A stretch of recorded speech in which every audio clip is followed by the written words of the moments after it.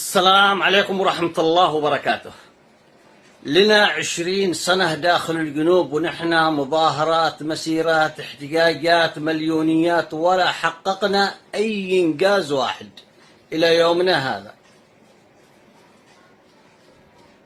يعني الطريق الذي تسلكونها يراها الجميع أنها خطأ في خطأ وغلط في غلط، وإنها تزيد الدمار فوق الدمار، والخراب فوق الخراب، والفوضى فوق الفوضى، والجوع فوق الجوع، وانقطاع الخدمات وانقطاع الرواتب. الطريق الذي سلكتوها خلال 20 سنة هذه خاطئة.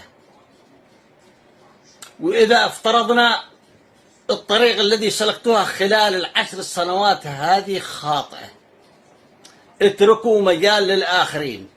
كلنا أبناء الجنوب، كل القيادات المتواجدة في عدن كلهم من أبناء الجنوب. اعطوهم فرصة، اعطوهم فرصة يسلكون الطريق الذي يروها مناسبة من أجل استعادة الحقوق.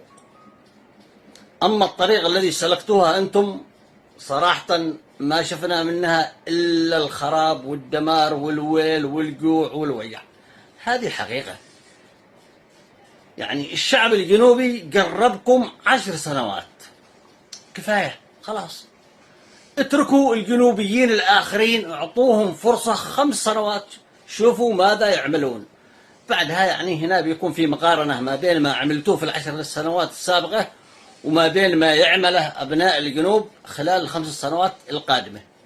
أما أنكم تحكمون على الآخرين أنهم مرتزقة وأنهم عملاء وأنهم وأنتم الشرفاء والوطنيين وما حد مثلكم، قدكم مجربين. جربكم الشعب 10 سنوات فاشلين 10 سنوات مجربين أنتم، وتقريب المجرب خطأ.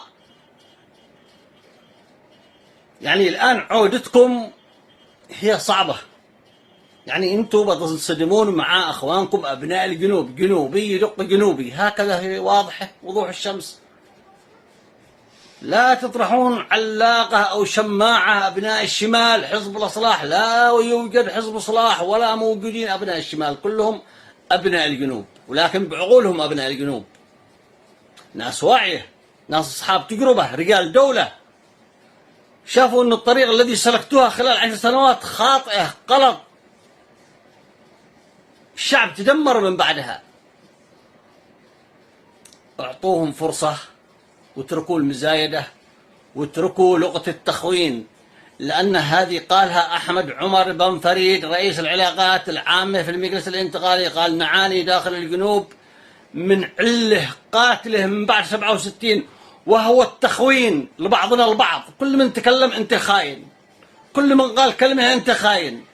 إذن الشعب كله خاين وأنتم الشرفاء والوطنيين، وهو هذا هو العكس الصحيح.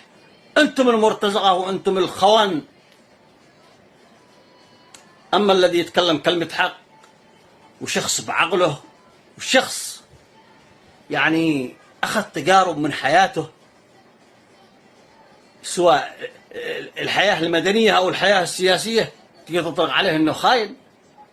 يعني تشتوا دولة بالعنف، تشتوا دولة بالفوضى، بالتخريب، بإراقة الدماء. لا، الشعب الجنوبي يكفي ما سالت من الدماء خلال 20 سنة هذه. يعني اعتبر الكل أن الطريق الذي سلكناها خطأ، لازم نغير طريق أخرى قد تخرجنا إلى بر الأمان. ولكم تحياتي ذو القرنين الحميري عبد الرغيب اليهاري.